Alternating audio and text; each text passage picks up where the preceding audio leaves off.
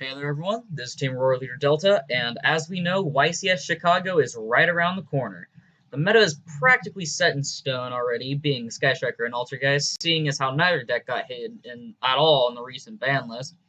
But if you can't afford the meta, or just prefer to stand out, here are 5 rogue decks, just in time for YCS Chicago and the February 2019 format. Number 5 on this list is Dinosaur. Dinosaur has kind of fallen out of relevance lately, after the True King variant kind of died out when the Earth one was banned, and also because Thunder Dinos wasn't as relevant as people thought it would be. But Pot of Extravagance just released in Savage Strike, which dropped the day this is recording, and that card is actually insane in Dinosaurs. The fact that you can just immediately start your main phase 1 of going second, just going Pot of Extravagance, and then just getting a draw 2 to get free pluses and spam the field with more dinos, or even draw that Miscellaneousaurus or Kaiju that you may need, or hell, even the double evolution pill. Personally, I'm playing Shadino right now, which is a Shadal Dino mashup, but honestly, pure dinos is probably the better way to go. Maybe not the Lost World variant, but some other variant that'll sneak its way into the format and kick ass. And though maybe not the best deck, it's probably one of the better OTK decks this control format, so that's why it's number 5 on this list. For number 4, we have Necrosis. Alright, so I may not have been playing during Necros's Reign of Terror. I kind of started playing after 4 years right around Zoo and Chainburn format, but I know what this deck can do. Known as one of the best Yu-Gi-Oh! Decks of all time, Necrosis finally got Brionac off the ban list entirely, insured at 1, with reprints of the cards coming out in dual power.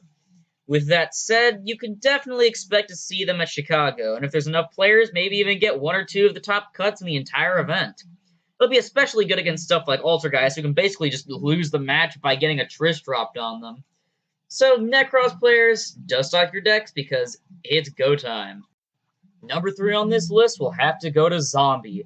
Ever since the structure deck Zombie Horde was released not too long ago, zombies have become a force to be reckoned with during this meta. Like, seriously, getting a free monster each turn for having a field spell on the board on either player's field that can negate and banish stuff for practically free every turn? Sign me up! For the most expensive cards being Vampire Sucker and Ash Blossom, who's getting a common reprint very soon, this deck is practically constructed entirely by 3 structure decks other than that. In total, if you buy the 3 Ash and 2 Sucker, the deck is around $150. Now that's insane. The only reason the price would ever go up is if you decided to buy Ghost Bell or other like hidden tech cards that cost a bit, or if you want to play like some sort of Light Sworn engine and you want to like max rarity it out, stuff like that.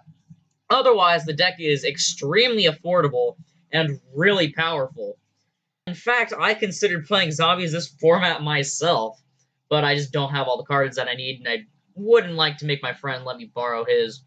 So, that's why I'm playing something different, but with that aside, that should definitely not stop you from picking up this powerful deck of the undead. The number 2 slot on this list goes to Burning Abyss, or more specifically, PK Fire. If you're unfamiliar with PK Fire, it's basically BA that takes advantage of the Phantom Knights cards. This deck can do some pretty nice stalling with 3 Fogblade set, a Bardage, and a Beatrice first turn, and depending on your matchup, make your opponent scoop right then and there. My good friend, who I just mentioned a minute ago, actually introduced me to the competitive scene, plays this deck and does fairly good with it too. Not to mention the Danger Engine is insane in it if you have the money to do so.